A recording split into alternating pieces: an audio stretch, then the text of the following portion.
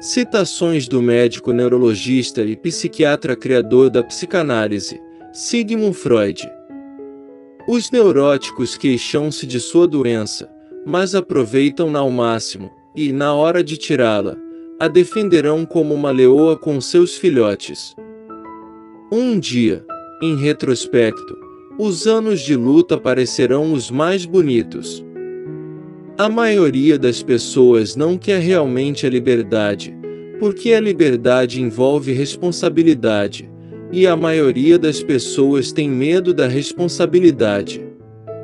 Ao tomar uma decisão de menor importância, sempre achei vantajoso considerar todos os prós e contras.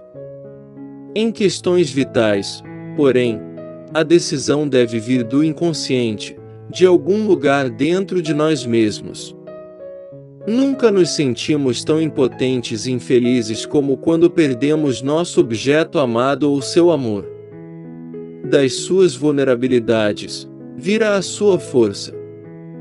Aonde quer que eu vá, descubro que um poeta esteve lá antes de mim. Aquele que tem olhos para ver e ouvidos para ouvir, pode se convencer de que nenhum mortal pode guardar um segredo. Não é preciso dizer que uma civilização que deixa um número tão grande de seus participantes insatisfeitos, e os leva à revolta, não tem nem merece a perspectiva de uma existência duradoura. Os homens são fortes enquanto representam uma ideia forte, tornam-se impotentes quando se opõem a ela. Aprendemos, por exemplo, que quanto mais virtuoso um homem é, mais severo é seu superego, e que ele se culpa por infortúnios pelos quais claramente não é responsável. A liberdade do indivíduo não é uma dádiva da civilização. Foi maior antes de haver qualquer civilização. Os homens são mais morais do que pensam e muito mais imorais do que podem imaginar. Um amor que não discrimina, parece-me perder uma parte de seu próprio valor, fazendo uma injustiça ao seu objeto, e em segundo lugar, nem todos os homens são dignos de amor.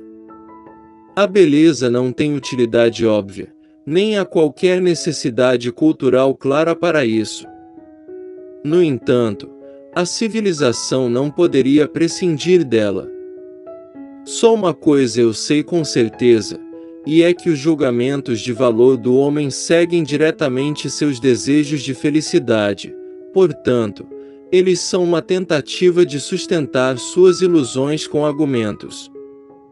A imoralidade, não menos que a moralidade, sempre encontrou apoio na religião.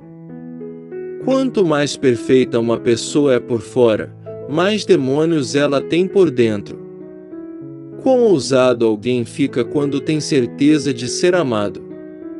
O amor na forma de anseio e privação diminui a autoestima.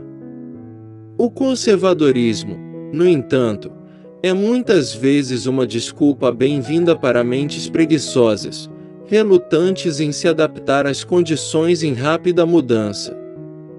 A interpretação dos sonhos é o caminho real para o conhecimento das atividades inconscientes da mente. Aquele que sabe esperar não precisa fazer concessões. Todo mundo deve uma morte à natureza. Meu amor é algo valioso para mim, que não devo jogar fora sem reflexão. O comportamento de um ser humano em questões sexuais é muitas vezes um protótipo de todos os seus outros modos de reação na vida. Quem ama, torna-se humilde. Aqueles que amam, por assim dizer, penhoraram uma parte de seu narcisismo. O eu público é uma construção condicionada do eu psicológico interior. Nunca estamos tão indefesos contra o sofrimento como quando amamos. As emoções não expressas nunca morrerão. Elas são enterradas vivas e surgirão mais tarde de maneiras mais feias. Em um luto é o mundo que se tornou pobre e vazio, na melancolia é o próprio ego. É uma predisposição da natureza humana, considerar uma ideia desagradável como falsa, e então é fácil encontrar argumentos contra ela. Que progresso estamos fazendo?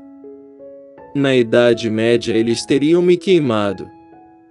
Agora eles se contentam em queimar meus livros.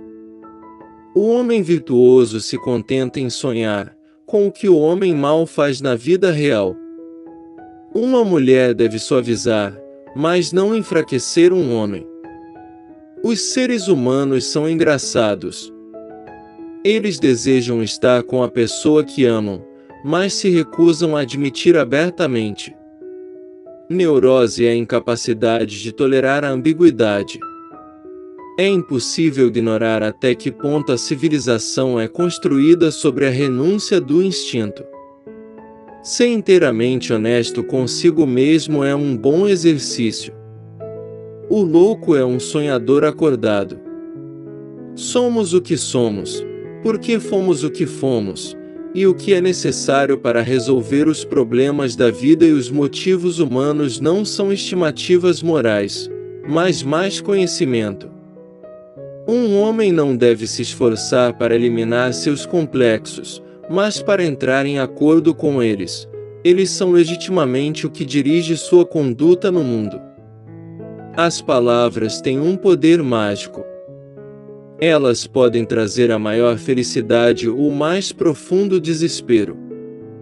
O amor e o trabalho são os pilares da nossa humanidade. No fundo do meu coração, não posso deixar de estar convencido de que meus queridos semelhantes, com poucas exceções, são inúteis. O escritor criativo faz o mesmo que a criança que brinca. Ele cria um mundo de fantasia que leva muito a sério. O inconsciente de um ser humano pode reagir sobre o de outro sem passar pelo consciente. Palavras e magia era no início a mesma coisa, e ainda hoje as palavras mantêm muito de seu poder mágico. O que é comum em todos esses sonhos é óbvio. Satisfazem completamente desejos excitados durante o dia, que permanecem não realizados. São simples e indisfarçáveis realizações de desejos. O ego não é senhor em sua própria casa. A América é o experimento mais grandioso que o mundo já viu, mas temo, não será um sucesso. As forças motrizes das fantasias são desejos insatisfeitos, e cada fantasia é a realização de um desejo, uma correção da realidade insatisfatória. Quando um relacionamento amoroso está no auge, não sobra espaço para nenhum interesse pelo ambiente. Um par de amantes são suficientes para si mesmos. A amizade é uma arte de manter distância, enquanto o amor é uma arte de intimidade.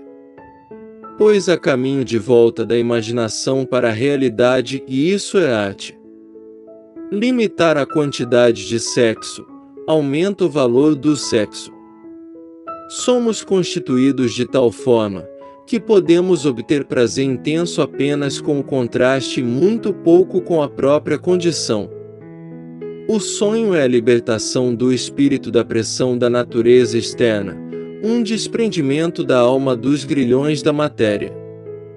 A grande pergunta que nunca foi respondida, e que ainda não consegui responder, apesar dos meus 30 anos de pesquisa sobre a alma feminina, é: o que uma mulher quer?